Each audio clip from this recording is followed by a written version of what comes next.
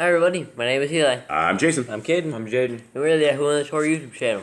And it is, I don't even know what day it is, but it is a day of exhaustion. And as those who actually follow this particular piece of this saw, we did not have a Yahuwah in the Torah yesterday, and we are doing the laws, statutes, and commandments of Messiah Yahushua, and we are in Yochanan 10 today. And yesterday we had a little struggles in the morning, and then we had struggles all day long.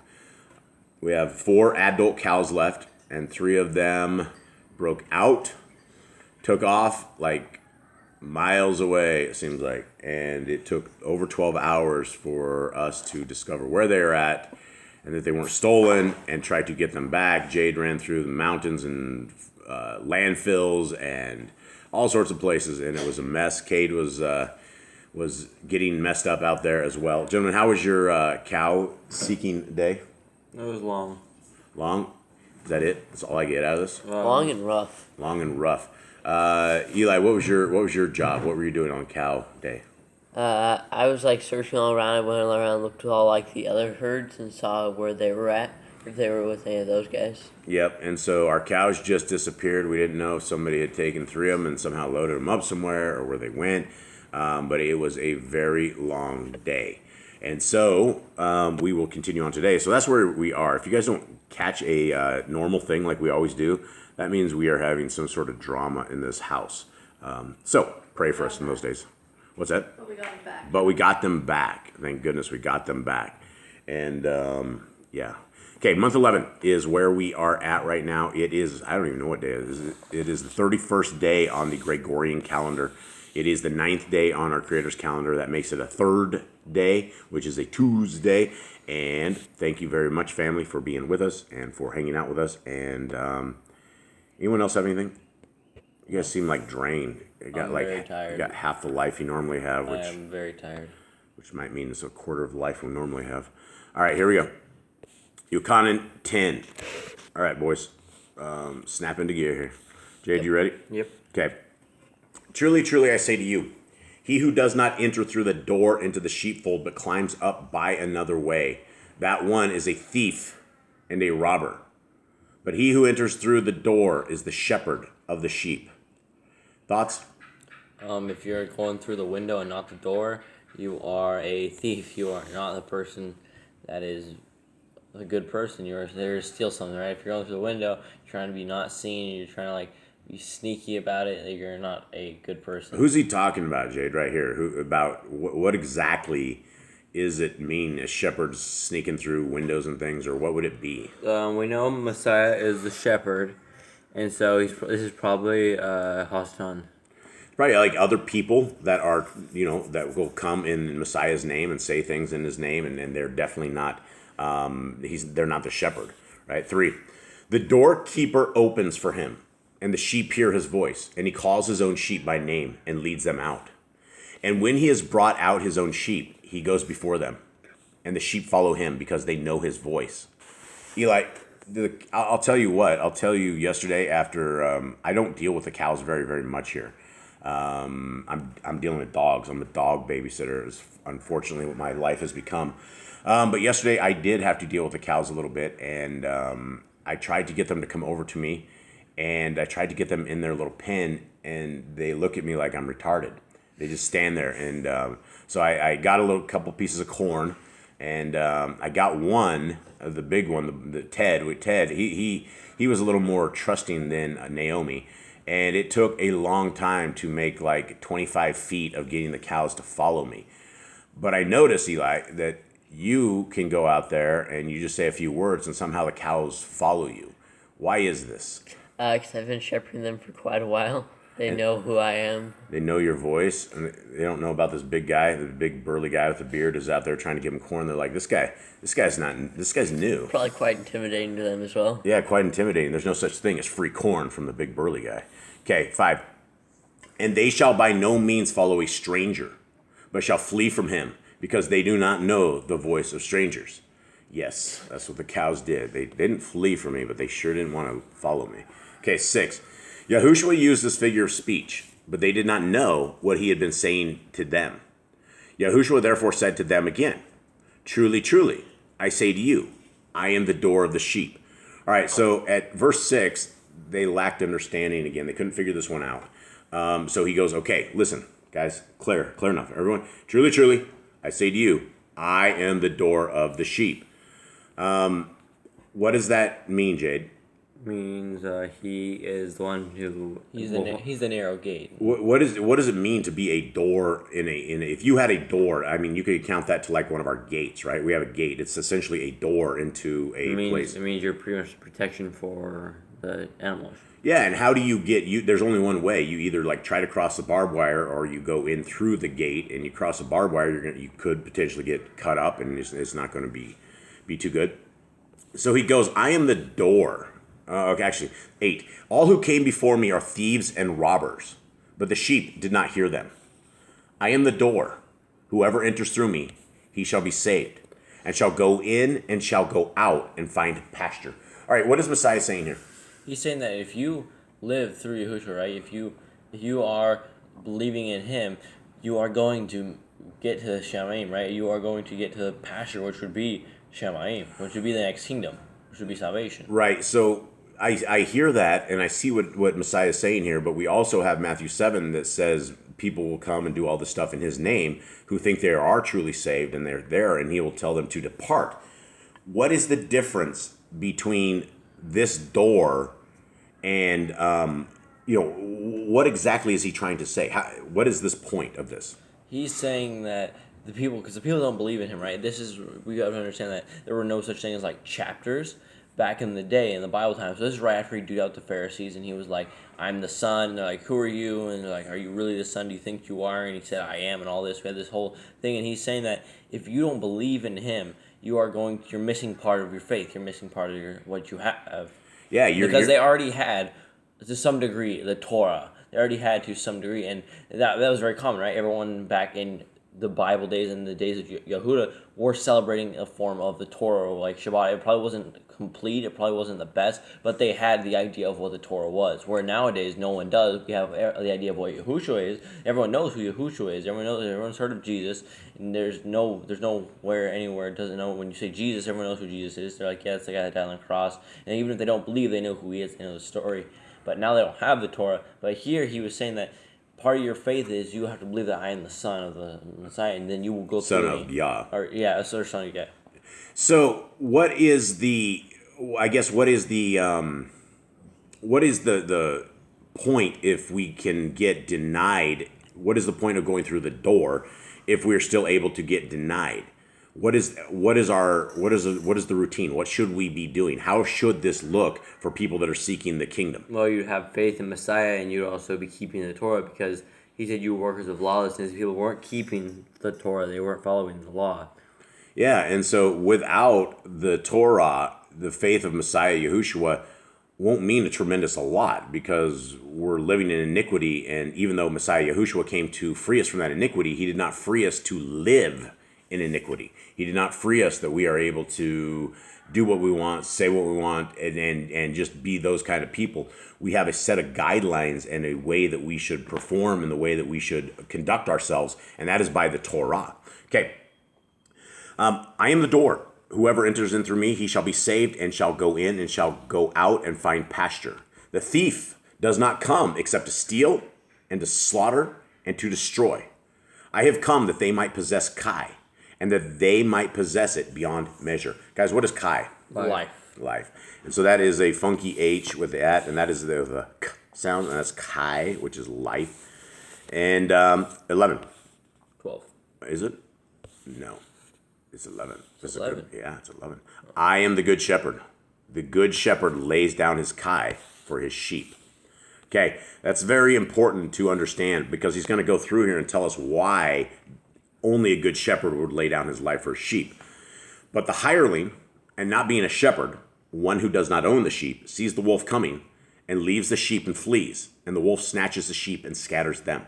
Now, why is some guy that you hired, why does he take off when the wolf comes? Why? Because he sees that this is not worth his life, right? He sees that the wolf's coming, he get hurt. If he just runs for his life, the wolf will attack the sheep instead. He's like, But isn't this guy paid to stop the wolf? I mean, isn't this guy... I think so, but he sounds pretty useless to me. Yeah, he does sound useless. Yeah, a wolf comes and the guy like runs for his life. I mean, there could also be a pack of wolves as well, and that would be far more deadly than a single wolf trying to get a sheep. I think one wolf and the sheep, I think you would have a shot. I think a pack of wolves, I don't think you would have a shot at anything. I think that's the best if you do flee.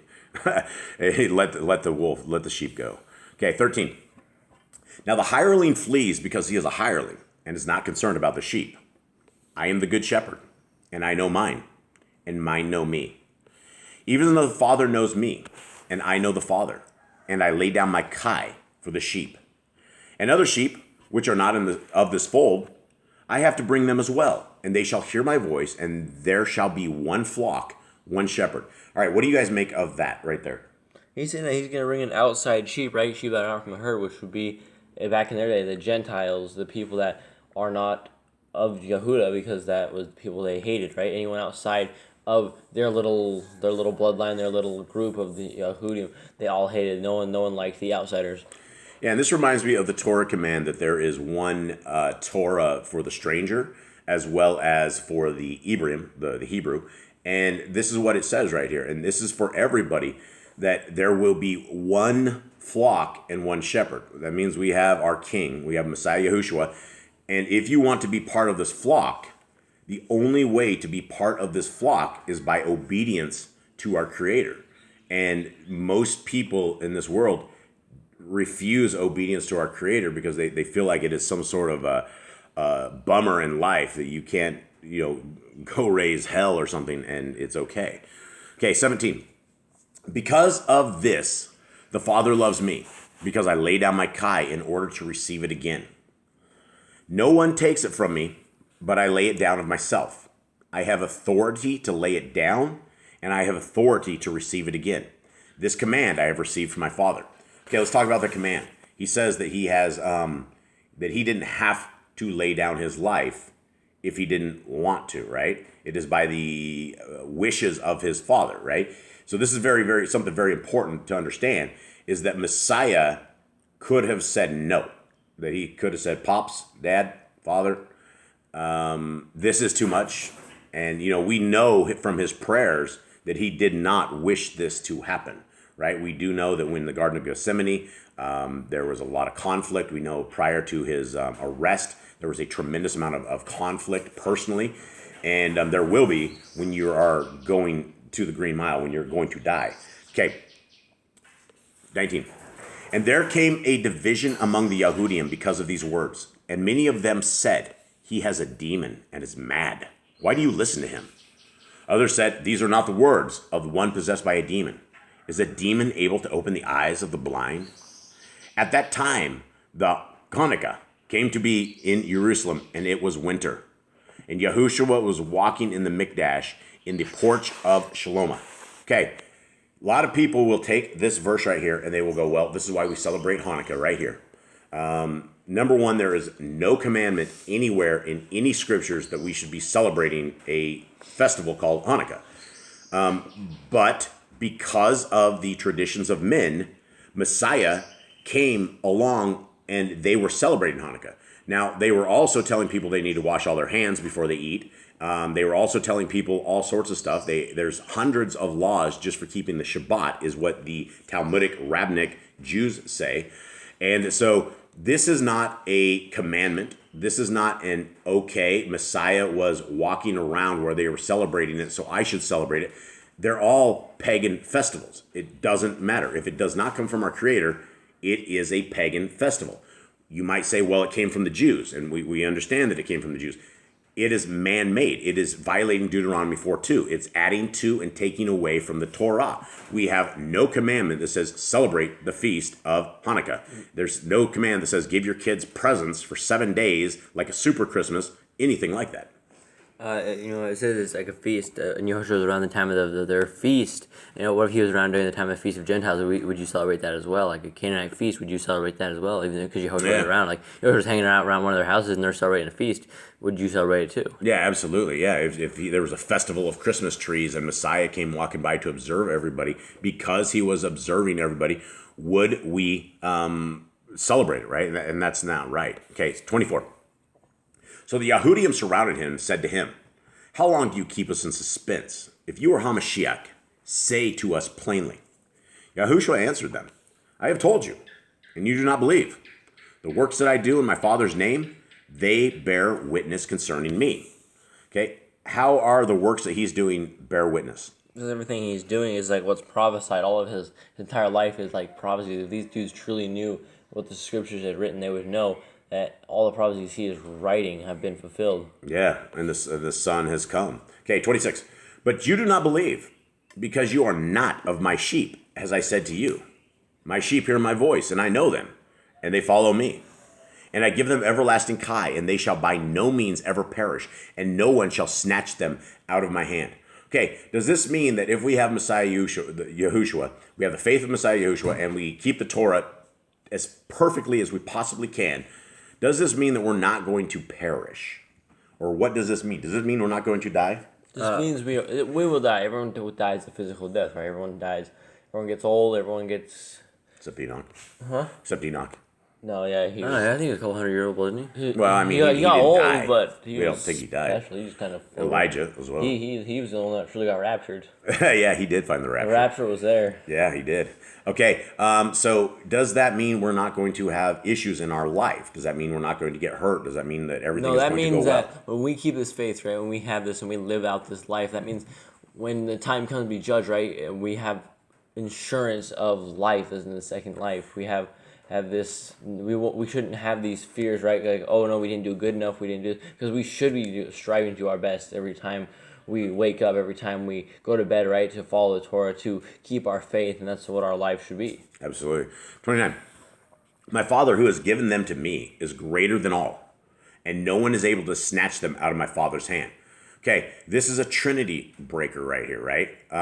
Because if the Trinity was real, then Messiah sounds like a madman right here, right? He says, my Father, okay, if he is the Father, then what's he mean, my Father, right? Who has given them to me, right? That would be the crazy person. My Father gave them to me, and you are all the same person. But he says he's greater than all, and no one is able to snatch them out of my Father's hand. Very, very important. The Father and the Son are two separate individuals, because this is important. We get to the next line, and this is where everybody says this is it, right? Prior to this, it says, my Father who has given them to me is greater than all. Then 30 says, I and my Father are one. Everybody will take this verse. This is the verse that it is. And I will be the first to tell everybody here at this table and people that are listening, myself and my family are all one. My wife and I are one. My boys and I, we are all one. What does this mean? Did I just say, gentlemen, that I am you guys? Nope. What does that mean? What do I mean if I say that we are one? That means we are a team, we are in unity. Because here in the Sefer says, I and my Father are Yakad, which is unity. Unity. Yeah, and yesterday we all went out as a team, as the united in one, and went and tried to find cows. Everybody was out, everybody was stressing, we were all working as one. That doesn't say we are the same person or that it's it, right? And so when we see this, Messiah was doing the same will that his Father had. The goals and the missions and the way they wanted to complete this are all one because the Father wanted it. And so the Son, Messiah Yahushua, wanted it as well. And because Messiah Yahushua came and deployed the Torah, walked the Torah, and fulfilled the Torah perfectly to a perfect T, which was what made him acceptable for a sacrifice for us, the Father is not him, and he is not the Father. Okay, 31. And again, the Yehudim picked up stones to stone him. Yahushua answered to them, many good works I have shown you from my Father. Again, my Father. For which of these works do you stone me?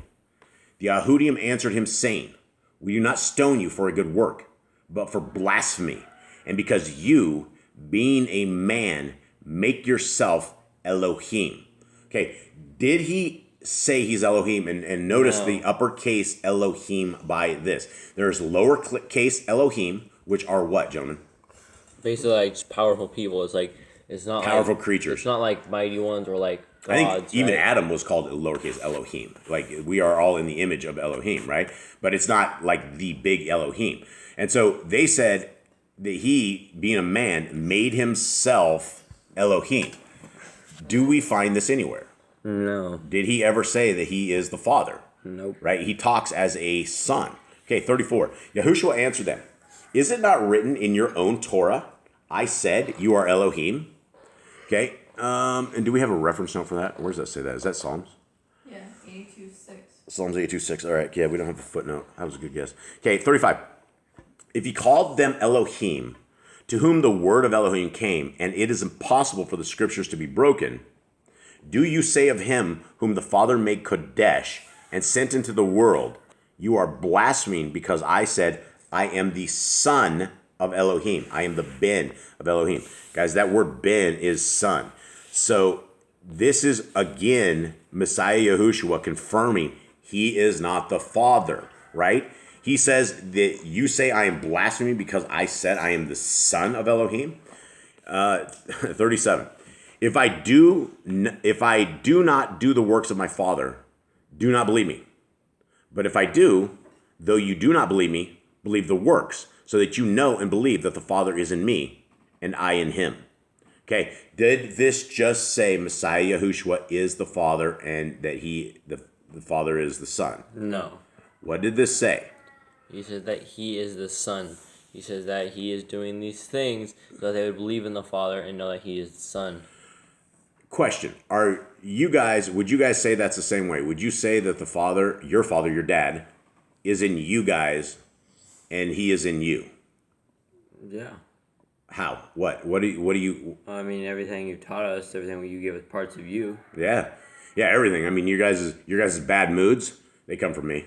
Your guys' problems came from Pops, all from the top. Everything, every flaw that you guys probably have came right here first. Absolutely. And so the good and the bad, you guys are spitting images of me in every way, shape, and form. I'm very proud of all of you guys, but the flaws you may have, definitely start right at the top, and I will take complete, I will say it's me. Okay.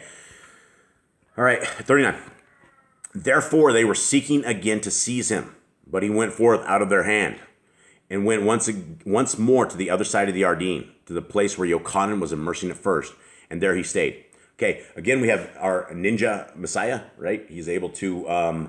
disappear. He's able to put his cloak on and throw the smoke bombs on the ground, and nobody can find him. I mean, it seemed like he was by himself in this one. Like their eyes must have faded out, or he must have just been able to like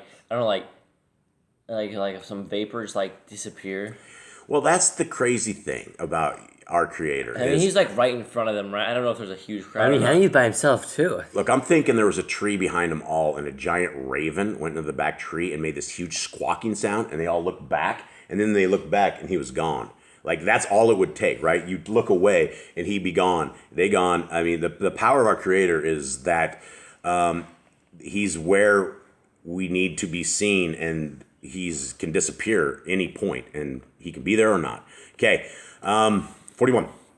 And many came to him and said, Yochanan indeed did no sign, yet all that Yochanan said about this man was true, and many believed in him there.